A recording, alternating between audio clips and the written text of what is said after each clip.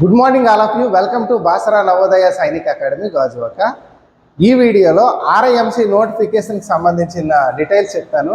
So ప్రతిష్టాత్మకమైన school అనమాట. ఈ ఆర్ఐఎంసీ స్కూల్ అనేది ఉత్తరాఖండ్ స్టేట్లోని డెహ్రాడూన్లో ఉంటుంది. దేశం మొత్తానికి ఒకే ఒక్క స్కూల్ ఉంటుంది. 8th క్లాస్ ఎంట్రన్స్ టెస్ట్ అనేది రాసి క్వాలిఫై అయితే ఆ 8th క్లాస్లోన అడ్మిషన్ తీసుకుంటారు. 8th నుంచి మరి 12 వరకు అంటే +2 వరకు కూడాను ఇంటర్మీడియట్ సెకండ్ ఇయర్ వరకు ఎడ్యుకేషన్తో పాటు టార్గెట్ ఎన్డీఏ నేషనల్ డిఫెన్స్ అకాడమీలో సీట్ కోసమని ప్రిపేర్ చేసే స్కూలు. దేశం మొత్తంలో ఒకే ఒక్క స్కూలు ఆర్ఐఎంసీ. సో ఈ ఆర్ఐఎంసీకి సంబంధించిన నోటిఫికేషన్ అనేది జూలై 2026 అడ్మిషన్కి సంబంధించిన నోటిఫికేషన్ రిలీజ్ అయిందనమాట. మీరు అప్లై చేసుకోండి.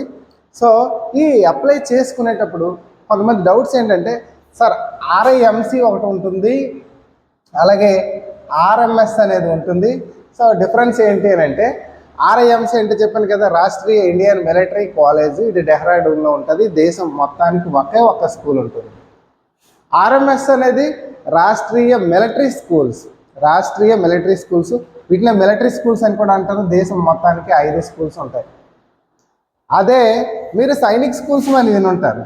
ఈ సైనిక్ స్కూల్స్ మాత్రం దేశం మొత్తానికి 33 ఉంటాయి. Government are existing Sainik schools అంటారు.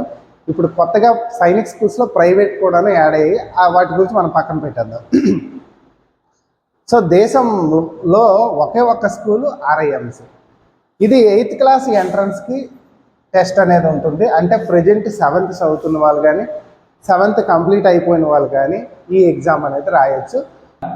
దానికి సంబంధించిన డేట్ ఆఫ్ బర్త్ కూడా ఇచ్చారండి. 2013 జూలై 2 తర్వాత పుట్టి 2015 జనవరి 1 ముందు పుట్టిన వాళ్ళు, అంటే ఈ డేట్స్ మధ్యలో పుట్టిన వాళ్ళు ఎలిజిబుల్ అవుతారు.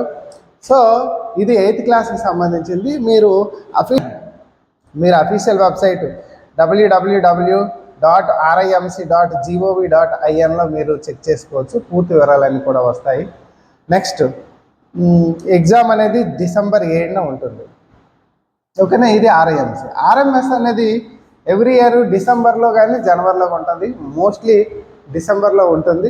ఇది 6th ఎంట్రన్స్ కోసమని, అలాగే 9th ఎంట్రన్స్ కోసమని కండక్ట్ చేసే ఎగ్జాము.